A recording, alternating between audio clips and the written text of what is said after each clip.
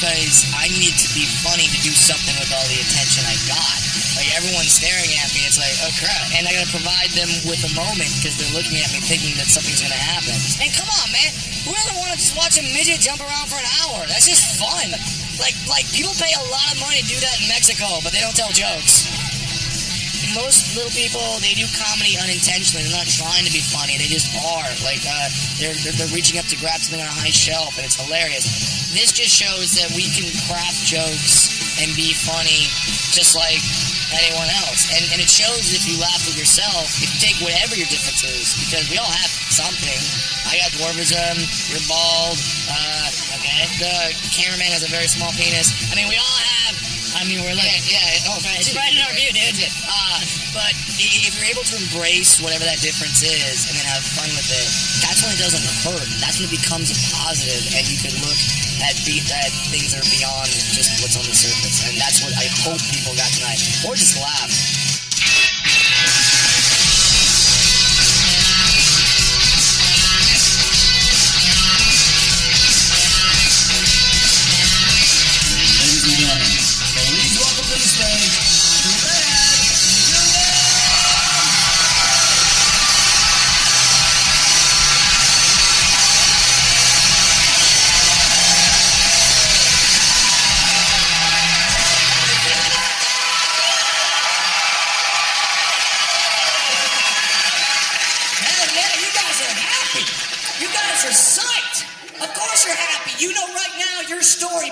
Your friends, no matter what the hell they're doing tonight. They'll call you up tomorrow. Should've hung out with us, man. We went out to a strip club. They had a one-arm stripper. She did a cartwheel. It was ridiculous. What kind of lame shit did you do? Oompa Loompa made me laugh. Fuck off. You win. Exactly. You're happy, but of course you're happy. You've got a little person in front of you right now. People are always happy when they see midgets. You can't help it. A lot of you don't know who I am, don't know what TV shows I've been on, but I walk on stage, you're like, this is gonna be good.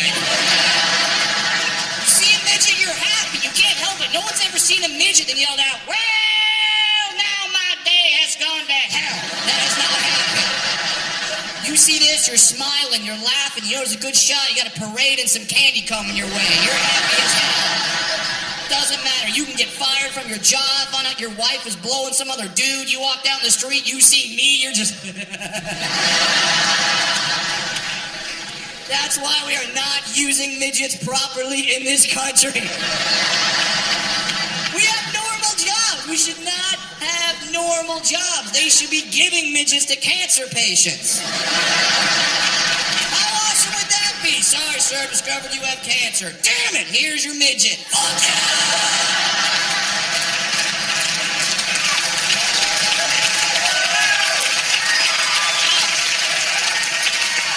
A lot of you didn't like that joke at first.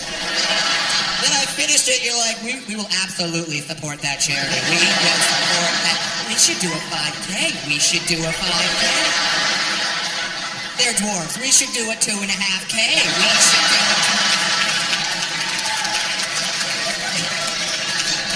And that's true. I do make people happier.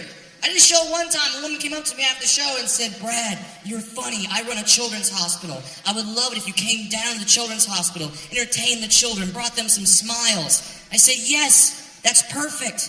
I mean, hell, you guys have known me now for a few minutes, and you know my act is perfect for the fucking kids. So I say, I'll do it. I go to the children's hospital. I'm exaggerating nothing. I walk into that door. A kid walks up to me, puts his hand on my shoulder, and goes, don't worry, they'll fix you here.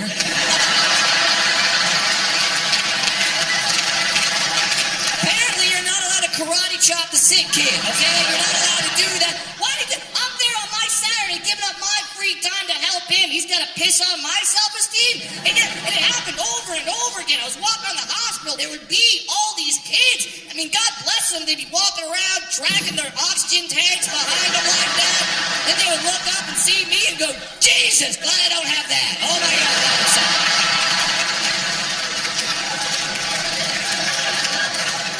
But I get it. I understand why people are excited when they see a little person. I totally get it, because when I'm walking around and I see another little person, I get excited too. I do. Then you guys see two of us, you get ridiculously excited. Oh my God, there's two! I hope they do a trick.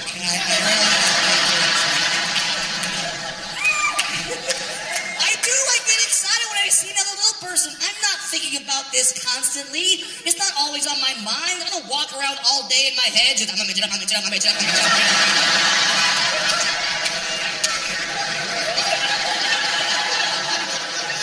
know, if your life had a DVR, you would have all 30 seconds back right there.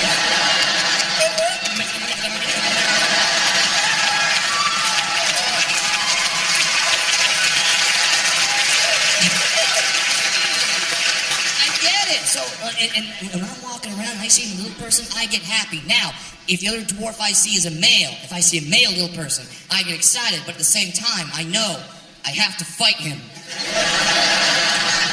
I don't know why that is. I don't want to fight him. He doesn't want to fight me. But we lock eyes. We're like, it's go time. Maybe dwarves are like Highlanders, like there can be only one. Now, if I'm walking around and I see another little person and it happens to be a female, if I see a female little person, I get excited. You guys get quiet. You see two little people come together, you're just like, oh my God! This is like National Geographic Channel come to life. Shh, don't say anything, you'll scare them. It's his mating season. Now, you would think that that might offend me. It does not offend me. I'm going to fuck that female little person, okay? It's happening. When it comes to dwarf pussy, I am a Dyson vacuum. I don't miss a damn thing. It's happening. But Brad, she's a woman. She has a choice. What if she doesn't want to sleep with you? Are you kidding me? I'm in the top 5 midgets in show business. She's fucking me. Okay? It's happening. I'm top 5. I'm not number 1. I don't have delusions of grandeur. Okay? I know where I am. All right? Number 1... Peter Dinklage from Game of Thrones. I love that kid.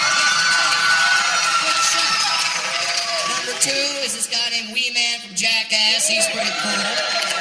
Some of you know who he is. Some of you are just now realizing that I am not Wee Man from Jackass. You idiot. Number 3 is a guy named Warwick Davis. He was in a movie called Willow, an HBO show called Life is Short. Number 4, that's me. Number 4, not bad. And then number 5 is the chick. Damn it, what the hell is the chick's name? No, the dwarf chick. Justin Bieber. That is a hot bitch. I want to do bad things to that woman. She is cute. Obviously, that's a joke. But I said that one night at a comedy club in Hollywood, California. I didn't know this. Bieber was in the audience that night, and he did not like that joke.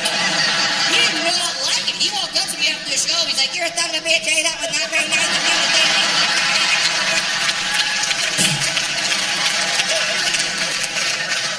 I love that that's a true story. I do, because that's the thing, is my jokes are a lot of times true stories. People ask me all the time, Brad, you're a comedian. How do you write your material? I don't. Here's how I write jokes. Step 1, be a dwarf. Step 2, wait.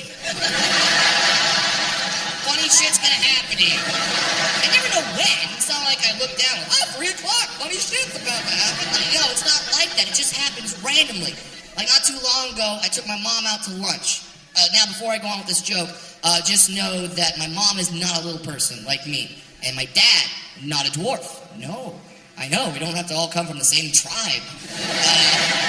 You can't, like, drive down the street and be like, which house do the dwarves live in? It's the mushroom with the door in it. So my mom is driving, I'm in the passenger seat, not a booster. Fuck off. I'm in a normal chair, like a big boy. And my mom turn down a one-way street, but he's going the wrong way down the one-way street. And this is causing all sorts of traffic, and people are honking, getting very upset. My mom is right behind him. She is polite. She's a prim and proper Southern belle from Savannah, Georgia. And she looks at the guy, she goes, excuse me there, sir. I don't believe you can make a left-hand turn at this particular intersection.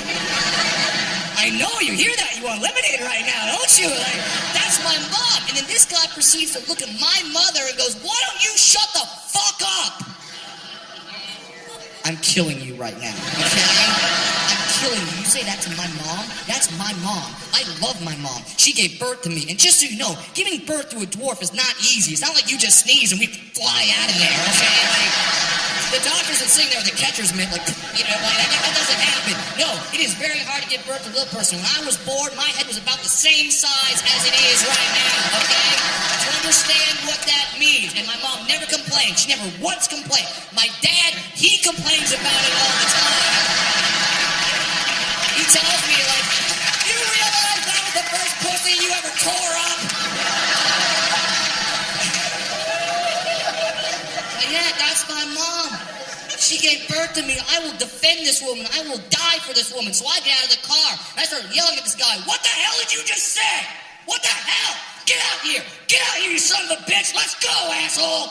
And he gets out of the car. I'm like, oh, shit, this is actually happening right now. Okay. This is going to come as a shock to you people. I don't know how to fight. No such thing as midget UFC, okay? There should be midget UFC. That would be awesome. Like me and Wee Man in a ball pit at Chuck E. Cheese. Like, get it on! I don't know how to fight. The only fighting I know is stuff I learned from video games in the 90s. This guy's charging at me, and I have some weird instinct. I just look at him and I go, Hadouken! I just say Hadouken. Now, for those who don't know what that is, I will explain. There was a video game in the 90s called Street Fighter 2. Okay? Street Fighter. There were two characters in that game. They wouldn't just punch and kick. No, they would yell out Hadouken, and they would throw a fireball from their hands. A fireball, because that might be useful in a fight. Fireball. You know, it works. And that's when I'm like, Hadouken. I just yelled it out. You think I'm crazy, but this shows you how much people don't know about little people. I yelled out Hadouken. This guy flinched, and then like ran away. He ran away. Do you understand what that means? That means that when I yelled out Hadouken, this guy thought, well, he is a dwarf. He can probably throw a fireball. Look at it. At that point, I would give all of my money, to be there when this guy told his friends this story. No, bro, you have no idea what happened to me, man. I yelled at this woman today. She got pissed off. She had a button on her car, an attack midget, just like that. An attack midget starts throwing fireballs at me. Oh my gosh, do that. I didn't even know they had attack midgets. I have seen every episode of MTV Cribs. You never saw a fit and said, like, yo, this is my Mercedes, and it comes with a motherfucking attack midget right there. And you would assume that from Mercedes or BMW, sure, but based on what I saw today, let me tell you right now, Kia has stepped their game up.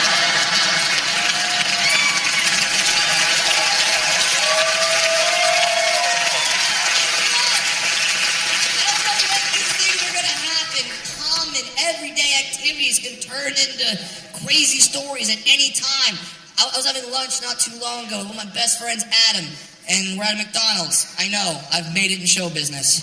And now this particular McDonald's had a play place attached to it, all right? Me and Adam were just sitting there, we're talking. All of a sudden, this kid, I don't know if he thought that I was threatening his hood or like invading his turf, but he just runs out of the play place. He's got a ball from the ball pit, sees me, and just hucks this, nails me right in the head. Can't miss this son of a bitch, okay? So I pop up like, what the hell? I see it's a kid. I don't care. I have street cred. I gotta defend myself. I'm going after the kid. I start walking after him. Now, Adam, my friend, he's a tall guy, but he essentially works for me, so he's like, all right, I guess we're beating up 7-year-olds today. Now, this particular play place must have had an incident of some kind, because they had a security guard. And he sees Adam coming towards him. He's like, hey, you can't come in here. And he looks at me. He's like, yeah, you can come on in. Yeah, that's cool. I'm excited. I just got the green light to whoop some ass. So I run into the play place. I look around. I see the kid. But the other kids that are there in the play place, they see me walk in. They start clapping and cheering and getting all happy. I'm like, what the heck? And then I realize they think I'm a new mascot. Like, there's the Hamburglar and Ronald McDonald, and now there's the McNugget midget, apparently. I'm gonna make it rain, sweet and sour sauce, you know? And now they're clapping, but I see the kid, and he sees me. We lock eyes, and he turns around, and he runs up the slide. Now he's in the tubes, because he thinks he's safe in the tubes. You dumb fuck. You are not safe in those tubes. I am 4'4". I can run in those tubes, okay? I'm in the tubes. I'm Super Mario. He got the star. I'm good. So I run up the tube. I see the kid. I run right up to him. I grab him. I start dragging him out by his little stride right, okay? I'm dragging him out. Yes, I know what stride rights are. I sometimes have to wear them myself, okay? Not all the time. Sometimes you guys get sexy shoes. You guys got real sexy shoes tonight. These are good. I don't always wear these. Sometimes I gotta do shows and I got lights blinking from my shit. Not that sexy. Now I'm yelling at the kid. Why'd you throw the ball at me? That was not very nice. You don't do that. As I'm yelling at him, the kid's dad is running up behind me, pissed off. I don't see the dad. I'm just yelling at the kid. But Adam, my friend, he sees the dad. He does what any good guy friend would do. He goes, let's see what happens here. The dad runs up, grabs him by the shoulder, hard, whips me around, sees my face and goes, I was not expecting that. What were you expecting? I don't know, I think he thought I was a kid. Then when he whipped me around, saw my beard, he was like, I was not expecting that. It's like, I'm 30. You shouldn't say that to another man. The only time you should say that is if you're making out with a chick, you pull off her skirt, she's got a dick. I was not expecting that. So now the dad's in this weird circumstance. He looks at me, he looks at his kid, he looks at me, he looks back at his kid, he goes, I can do nothing for you, boy. That's when I know I won. I got away with it. And this dad wanted to hit me. He wanted to hit me, but you can't punch a dwarf. You punch a dwarf, that's a hate crime. Alright? And I got away with it. That's the best part about being a little person. The best part is that you can get away with stuff. I get away with stuff all the time because I'm adorable. If you're cute, you can do things. I can steal, and it's fine. It's fine. I've done it. I was at a grocery store not too long ago. I was there with my buddy. He dared me to steal something. Your buddy dares you to do something, you got to do it. So I go to the cookie aisle. I get a crap load of Keebler cookies. I put them on my shoulder, and I just start walking out of that place with the Keebler cookies. Now, this little 17-year-old clerk sees me. He walks up. He's like, oh, excuse me, sir. Are you going to pay for those? And like a boss, I just look at this guy and go, nah, bro, my family makes these. It's cool. You let me go.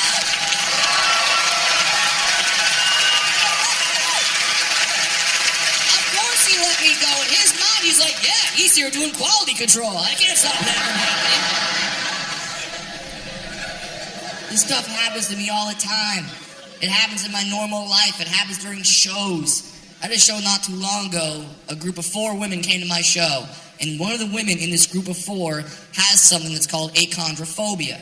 For those of you who don't know what that is, that's a fear of little people. Alright? And that shit is real, okay? It's real. And it's not, oh, he's kind of creepy. It's more like, what the fuck is that? Okay? Like, it's nuts.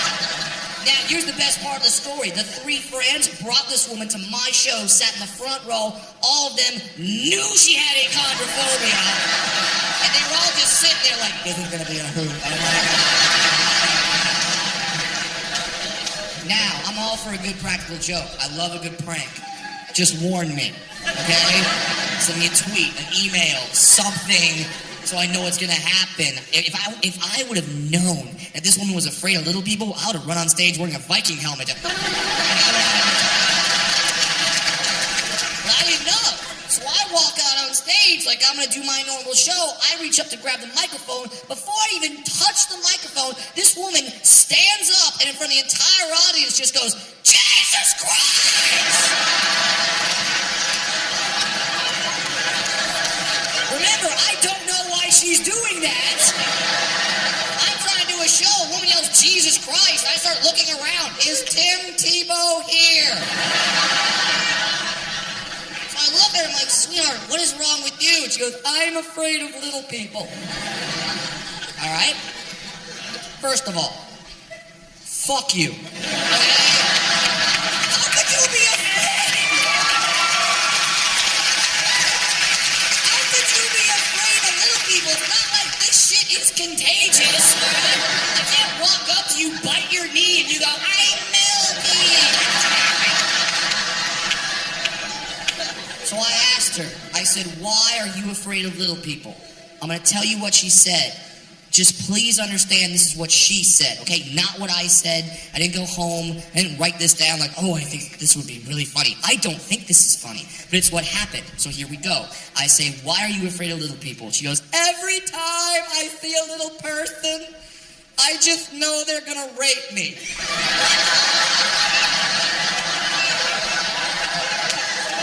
That happened at a comedy show. A comedy show. There were three friends were looking at me like, you can make that funny, can't you? No, you cannot make that funny. What's my comeback? You're not my type. Are you kidding me? So I look at this woman. I understand it's a delicate situation. So I look at her, I'm like, sweetheart, I get it. What you just said is the most horrific thing that could ever happen to another human being. But what you have to realize is that what you just said is impossible, okay? It's impossible. It can't happen. There's no such thing as midget rape, okay? Does not exist. Now, ladies, if you're in the audience right now and you're one of these people and you're fearing midget rape, just know there is one move you can do. One move you can do that will stop all forms of midget rape. It works 100% of the time. Here's the move.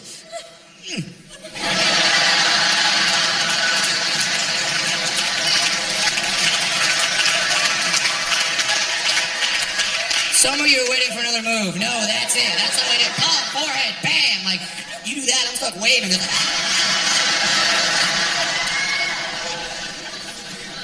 Oh, wow, Brad, that's insane that you met one person that has achondrophobia. No, I've met quite a few people that have it.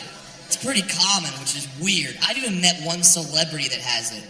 Don't worry, I'll tell you who it is. Okay. John Stamos. Yes, that John Stamos. Yeah, he's got achondrophobia. I didn't know that until I did a show with Bob Saget, his co-star from Full House. I did a charity show with him. Saget rolls up to the show with John Stamos and Dave Coulier. They are still all friends, which is awesome. I'm sitting in my dressing room. All of a sudden, Saget bursts into my dressing room and was like, Brad, you have to come meet John Stamos. Well, yeah, I love the show Full House. Uncle Jesse and the Rippers, the catchphrase, have mercy. I would love to meet John Stamos. He goes, Brad, you don't get it. Stamos is terrified of little people. Then I know what I must do, Bob Saget. The plan goes into action. Saget runs into his dressing room. He starts talking to Stamos, distracting him. As soon as Stamos turns his back, I know that's my cue. I run in, I see Stamos, I run right up, I grab his leg, I start humping. And this is not a comedic hump. I hate fucking his leg, okay? I'm gonna tell you this right now, and understand this, John Stamos screams like a bitch. He does. He looked down, saw me, like he starts freaking out. He starts kicking his leg like that. Like he starts kicking his leg like I'm some horny cocker spaniel or something. But you're not getting me off because I have little pug arms, and when I latch on, I fucking latch on. So I'm good. I am riding his leg like it's an out-of-control fire hose. Dude, this is the rodeo. I'm surviving for 8 seconds, okay? While this is happening, Saget is on the floor laughing. And then, in a moment that I could not write if you gave me 1,000 opportunities, Dave Coulier walks into the dressing room, sees me humping Stamos' leg, and without missing a beat just goes, hey, Brad, cut it out!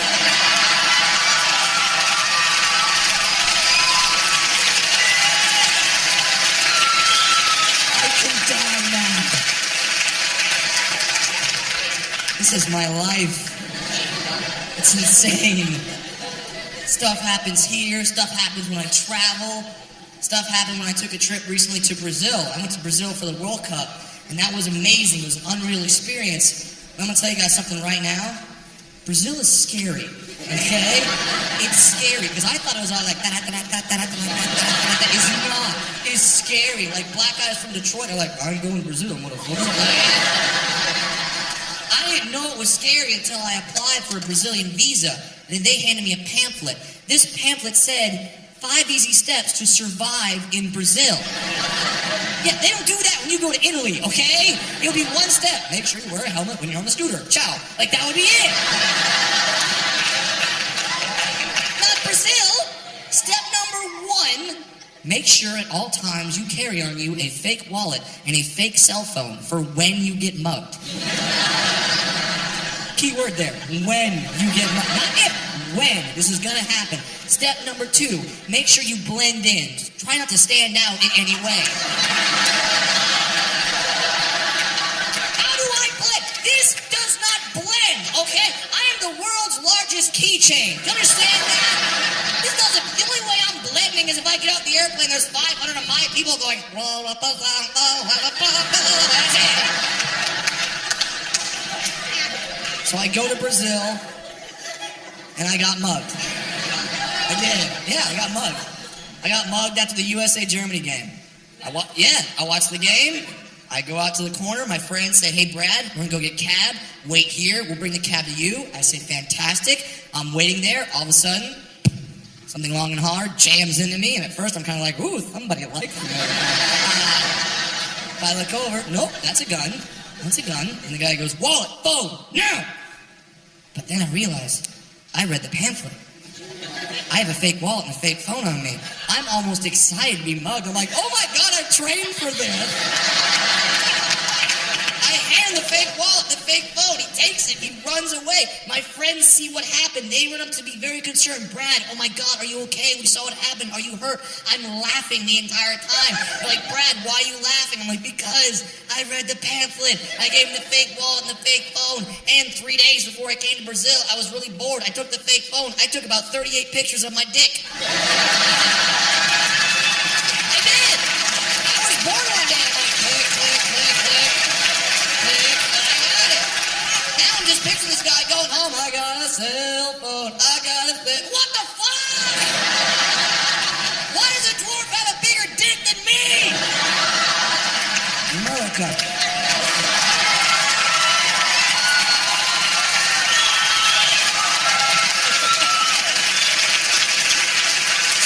Travel, man. It's fun. Thankfully, I have a cool job where I get to travel for a living, get to perform. And the most rewarding time I ever had in my life was not too long ago. I got to perform in the Middle East for the soldiers. I did a USO tour over there. It was the best. Soldiers are the best audiences. They don't give a crap about political correctness. They just want you to laugh. They want you to be honest. They want you to be true. That means they have to have a good sense of humor. You do a job that serious, you have to have a good sense of humor. I get off the C-130 plane in Afghanistan. Group of 5 soldiers there to meet me. They walk up, they're like, Mr. Williams, we're so happy you're here. I'm like, fuck yeah, you guys want to laugh, right? They're like, nah, you're a midget. We want to do some fun shit with you. Right, like was there a meeting the day before, like some commanding officers on stage, we have a dwarf coming on base tomorrow, we need some ideas for some fun shit to do. Henderson, what you got? Do we have any large cannons? Good idea, Henderson. I asked them, like, guys, what sort of fun shit do you want to do? They said, we want to take you on a Black Hawk helicopter. I'm like, yes. I'm going on that. And I tell that to my friends, they're like, Brad, weren't you scared? No. You have to understand who I am, the life I've lived. I'm the guy that when I go to Six Flags, I can't ride half of their shit.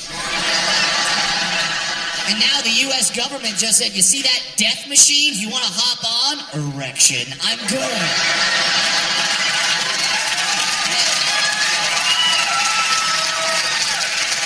So we go to fly on a Black Hawk helicopter. Now, before you fly on one of these things, they don't just let you go. They have to put gear on you. They put a helmet and a vest. And apparently, there's not a lot of midgets in the military. Helmets and vests are not made by Oshkosh. They are not made by Oshkosh. First of all, the guy brings me out a helmet. He assumes that because I'm a little person, I have a tiny head. Wrong. I do not have a tiny head. I have a big fucking head, okay? I don't have dreams. I have movies. Okay? They bring out this little helmet, they're pulling on my head. It doesn't fit. They're pulling it down. It doesn't fit. They have to get an extender strap for the chin and buckle it and buckle it and buckle it. Now the chin fits. That doesn't change the size of the helmet. The helmet is still sitting on top of my head, not protecting shit. It's not even a helmet at this point. It is a war yarmulke. I'm thinking to myself, great, I'm going into a country that has a lot of pissed off Muslims and they dress me like G.I. Jew. This is going to go well. Thank you, smart people, for laughing at that joke. Some of you got it. Some of you guys are like, wait, Jews and Muslims don't get along? Kill yourself, all right? End it. Nobody likes you. So now they get the helmet to fit. Now they bring out the vest. Now the vest would be a vest on any one of you nice people. On me, this was a bulletproof moo-moo. Okay? This thing went down below my knees. Below my knees. And they told me, run to the helicopter. I'm like, oh, right. I'm going to run to the helicopter. I'm going to look like a badass. I did not look like a badass. I looked like a fucking penguin. Like I was running like that shit the entire time. 100 yards. 100 yards of this. The only thing that was missing was Morgan Freeman narrating the damn thing. He was... Now we see the little people who make their way to the Black Hawk helicopter. As I'm running, I trip and fall in the middle of the runway. I know, I could end the joke right there if I wanted to. Dwarf down, hilarious. As I'm laying down, one of the soldiers yells at me, Mr. Williams, you gotta get up! This area is surrounded by snipers. If you stay down, one of them is gonna take you out. Not scared. No, not scared of snipers. 2 reasons. 1, damn near impossible shot, okay? 2, you're not even gonna get the shot off. Could you imagine? You're a sniper, you're up in the hills, been there for days, you're scanning for the enemy, and all of a sudden you come across me? You're just up there like, okay, where the American, a cutie American, where the American, a cutie American, where the American, a cutie American.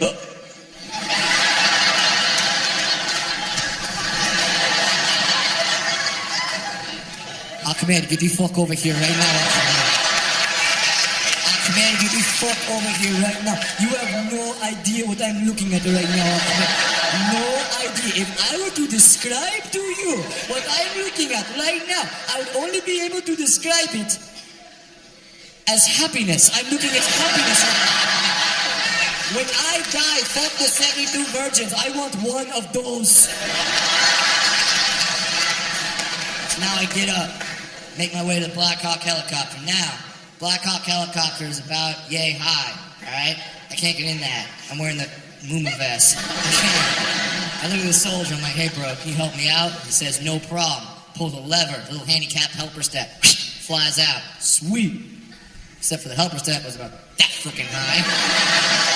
Still can't get in. I had to ask this soldier to do something that I swore, as a little person, I would never ask anyone to do, ever. I look at him like, alright bro, you're gonna have to toss me. And the smile he got on his face, like, this is what I signed up for! And he grabs me. He could just throw me in real quick. He would have been done, but no. He had to enjoy himself. He picks me up. He just goes, 1, 2.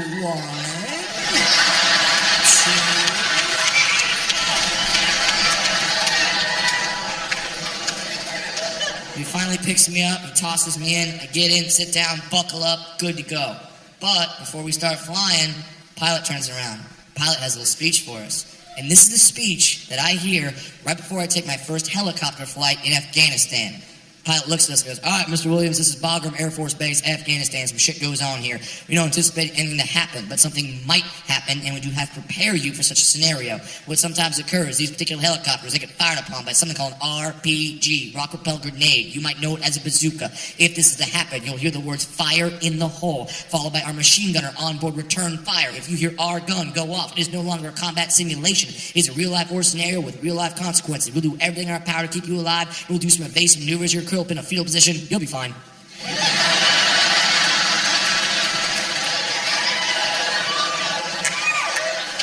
I stopped listening after you said bazooka.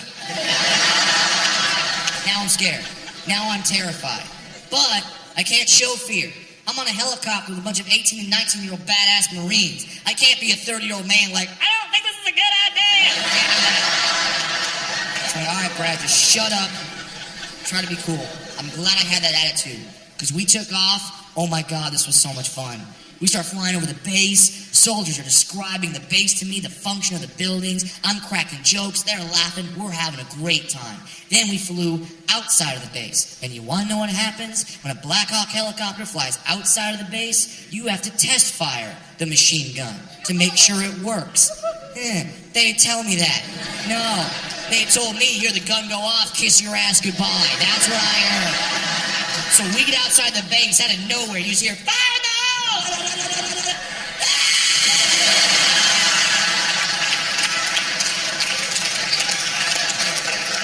I had my first period right there on the deck.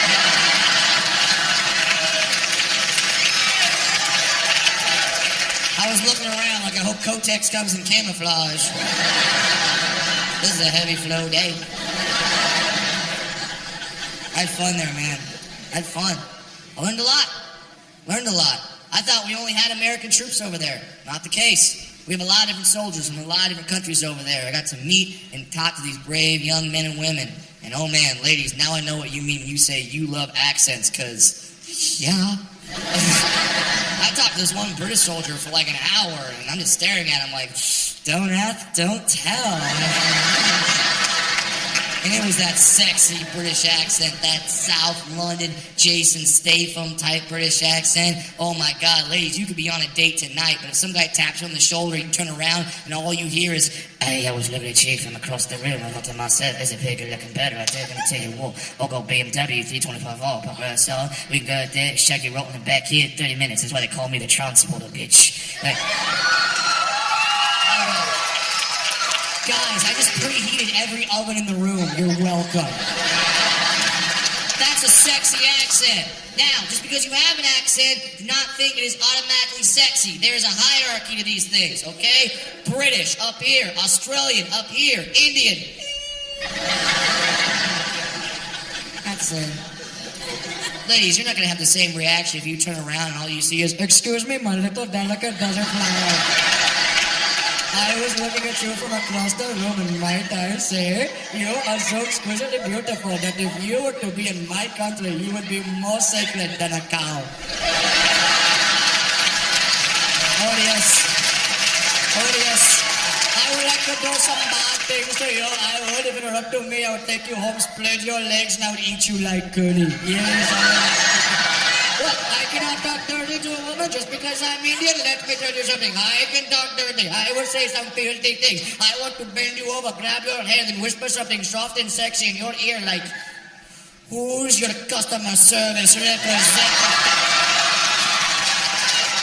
Who's your customer service representative? You want me put down hold? I will put you on hold. The only good part is that once he finishes up, he's like, thank you, come again. This is fun. I love my job. I get to do this for a living. I get to travel. Traveling's great. And don't get me wrong, it's hard sometimes. You know, you gotta leave your family. I hate leaving my family right now. Because 2 months ago, I became an uncle for the very first time. Yeah. I didn't do anything, but yeah.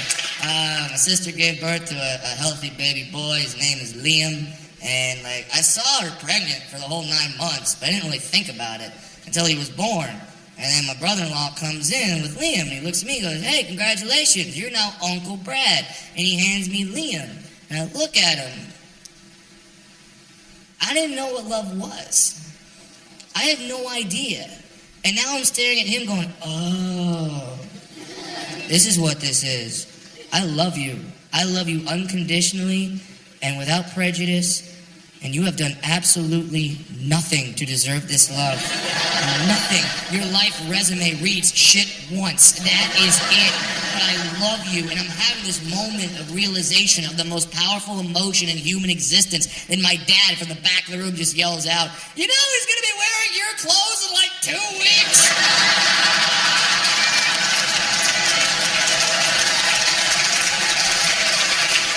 My dad's pretty funny. Family's laughing, mom's crying. She's a grandma for the first time. She walks out to me, she's like, Brad, when are you gonna have one? When are you gonna have one, son?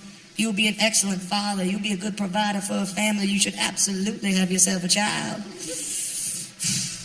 I don't want one, okay? I don't want kids. Now, if you want kids, have kids, trying to have kids, good for you. Best thing you'll ever do in your life. But understand, I don't want one because if I have a kid, 75% chance that kid's gonna be tall. I don't want anything that by age 3 can fucking kill me. Alright?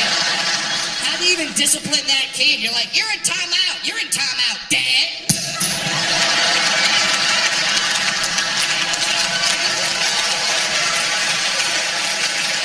Oh, you're right, son. I shouldn't have said that to you. That was not right. I'm not ready. I'm seeing what my sister has to go through. I'm not ready for that. She doesn't sleep at all. She spends a lot of money. She had to change her house. She had to do horrible things to her home. She had to put up baby gates.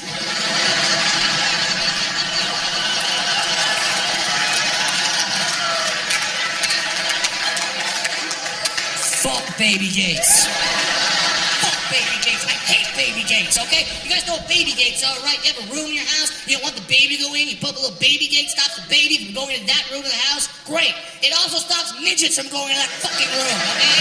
It does. It works. I know this. I've been cock-blocked by a baby gate before. Cock-blocked. I got this woman back to her house. She had a kid. She had the baby gate. She's tall. She does those step moves like that. She's good to go. Meanwhile, I'm stuck on the other side like I'm next here at the border like, ¿Qué pasa?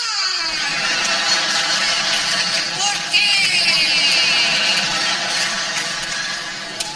I didn't get laid that night. No woman wants to fuck a guy after she looks down the hallway and just sees... I tell it to my buddy, he's like, come on, Brad, you're a comedian. You're supposed to have a comeback. You're supposed to have a snappy comeback for every situation. What's the comeback for when a baby gate slows your roll? What do you say? I can't just look at her and be like, boost! No woman's ever picked up her date like, you're gonna fuck me so good tonight, yes you are. Yes you are.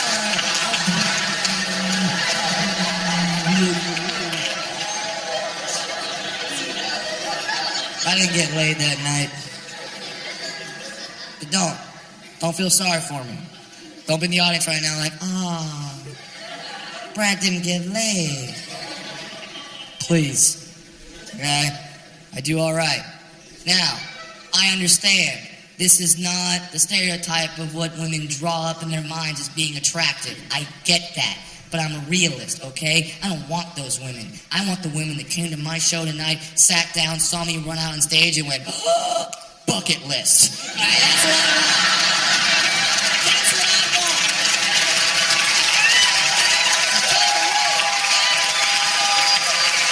That's what I want. And by the way, if you're one of those women, oh, you made a good decision. You made an excellent decision. Every woman should fuck a midget at least once in their life, okay? You should treat yourself, okay? Treat yourself. Because we can do moves that these tall guys cannot do. See, it got quiet because the women were like, oh my God, what can you do? I'll tell you, ladies, straight up, you haven't experienced life until you've been fucked doggy style by a little person, all right? Way better than the tall guys. I know what the tall guys have to do. Tall guys, they get down their knees like that. They start off with that move right there. They start off badass. They start off like a champ. And that goes on for a good 9 seconds, okay? About 9 seconds. That right leg just starts getting a little sore. That thigh starts jamming up. You start losing thrust right there. I know what happens when every guy does the same move. They throw up the one leg just like that. They throw up the one damn leg just like that. That's when the woman starts freaking out. Oh my God, he's trying a new position. Bitch, that's a cramp. That's not a new position. That's what happens when you guys are doing doggy style. When I'm doing doggy style, I don't get tired because I'm standing up, ladies and gentlemen. That's what I'm doing. And I am aggressive. I am aggressive in bed. Look, my right hand instinctively went to a fist right now, okay? Instinctively. You want to know why? Because when I'm fucking doggy style, I'm pulling hair, all right? I pull hair, and I'm good at it, all right? A lot of guys do not know how to pull hair. You're grabbing it by the end. Why the hell are you grabbing her hair by the end? That hurts her. Stop doing it. You want to know how to pull hair? Pay attention. This is what you do, okay? Take your hand like this. Spread your fingers like that with the very bottom of your woman's head, right there. Then you track up the woman's head, just like that. So when you get to that, you guys start saying,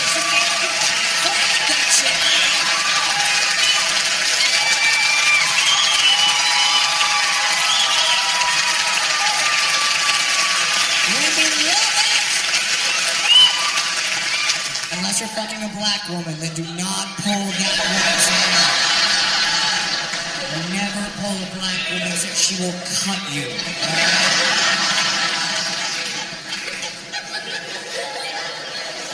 You guys are learning stuff right now.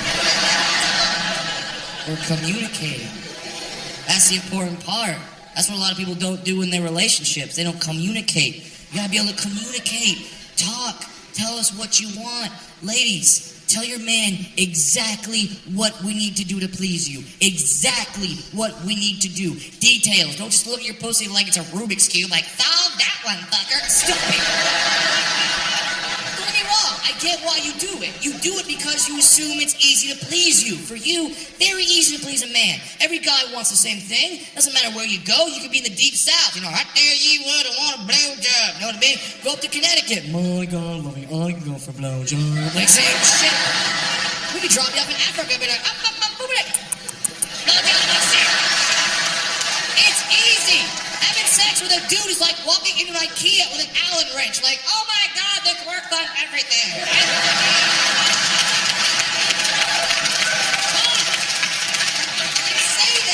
A lot of women pull this line and they go, oh no, Brad, I can't tell my man what I really want. If I told my man what I really want in bed, I would scare him. Try it. Try and scare your man. Try and scare your man. Let me know how that works out. No. My man is not that freaky. Bullshit, okay? Bullshit, your man's not that freaky. You only think that, ladies, because he hasn't shown his freaky side. Because you're not that freaky. Understand this, ladies. I'm going to say this one time. Your man is only as freaky as he thinks he's allowed to be. Okay? That is it. We know. You have your line of freakiness. And you go right up to your line of freakiness. And we stop at your line of freakiness. Now, every now and then, we'll dance over the line, okay? We'll dance over the line. We don't jump over the line. No. We just dance over the line. We just dance over the line. Nothing crazy, nothing insane, just like something simple, like doing doggy style. Try it out. It is my birthday. Nothing is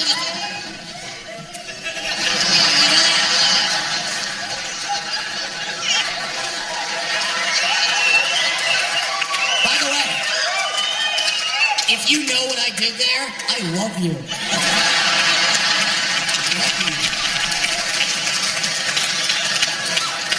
One night, a woman yelled out, that's called the bus driver. I use a thumb. What's her man doing?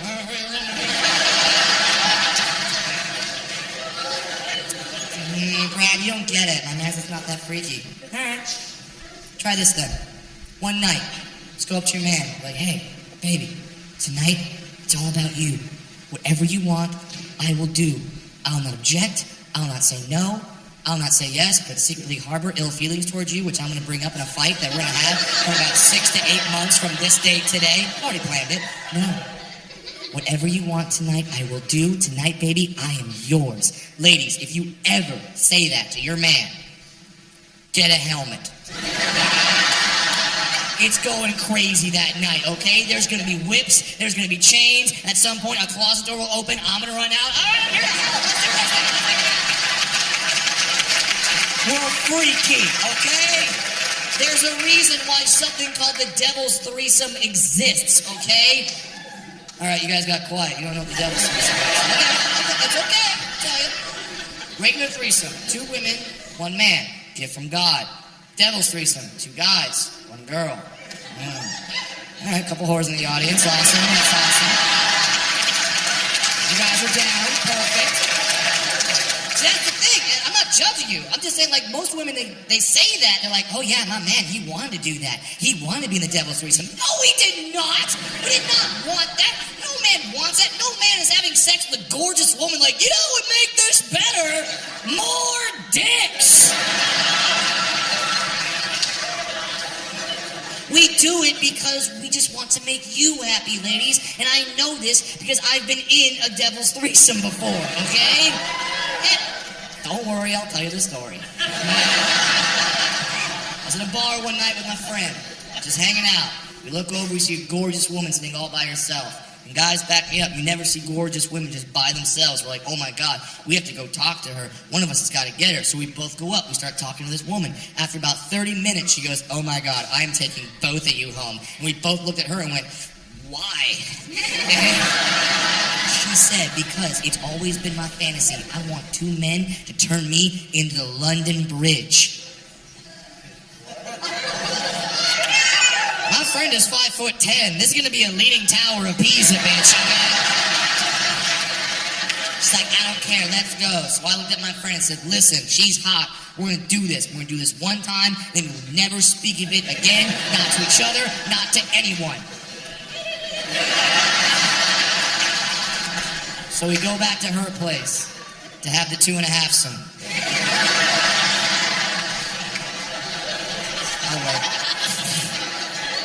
And then, now, guys, you have to understand, there are rules. There are rules to a devil's threesome which you must follow. Rule number 1, guys, is you look down, and that's the only place you ever look. Down. That is it. You look at your stuff, her stuff. That's it. You never want to look up and be like, I'm having an orgasm, making eye contact with my best friend. No, you never want that. Rule number 2, pick which way you're going to rotate, okay? At some point, you have to switch positions. You have to rotate. Pick which way. Clockwise, counterclockwise. What are you going to do? Me and my friend did not pick the direction we were going to rotate. Now, all of a sudden, we start switching positions going around the same way. Now, he's 5'10", I'm 4'4". Certain things are lining up with certain other things, all right? I'm not paying attention. All of a sudden, I'm in the middle of an Indiana Jones movie running away from the boulder. What the shit? The woman is on all fours. I run this way, hit her, bounce back. My buddy's not paying attention and just...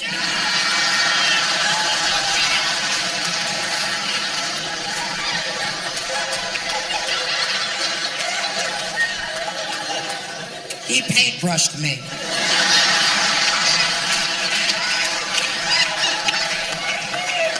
But, did I quit? No. I didn't quit.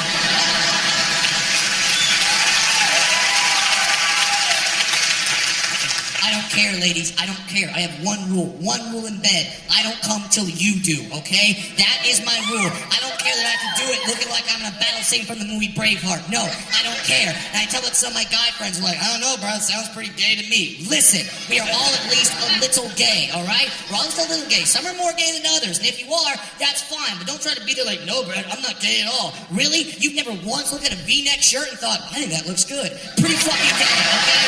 Pretty fucking gay. I don't care. You can be the straightest man on the planet. You see a rock-hard dick go inches from your face. There's a voice in the back of your head that goes, suck it?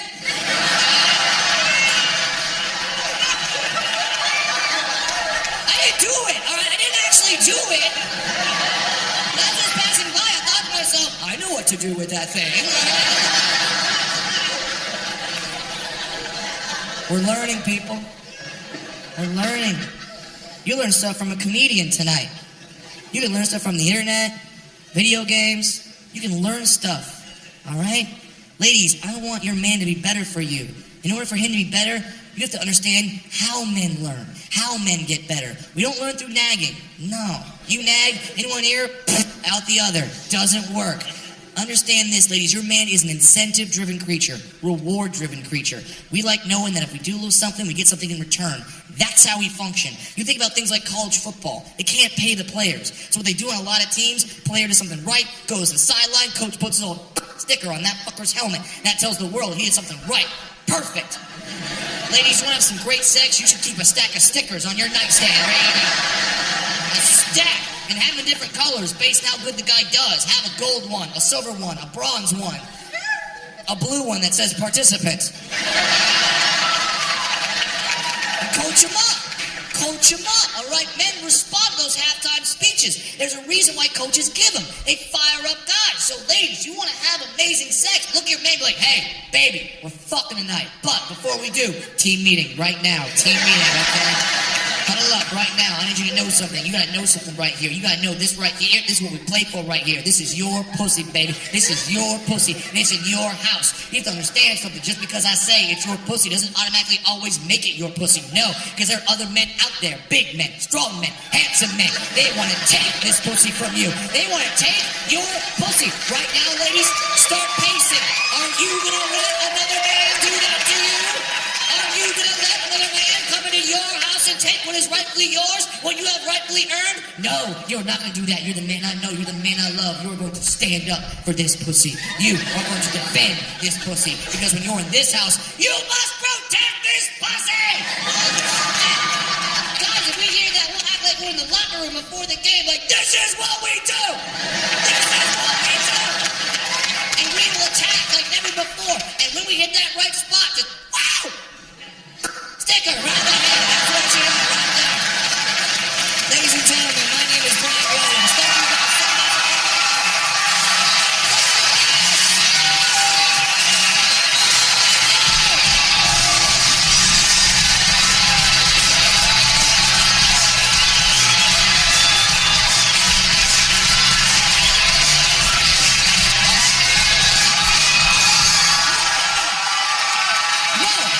We are not done. Sit down. We're not done. Okay. This is my first hour special. I still want to have fun. Do you guys still want to have fun? You look like you want to have fun. You want to have fun? All right. Fucking come up here. Come up here. Let's have some fun. Okay. All right. Here it is. Here. This chair right here.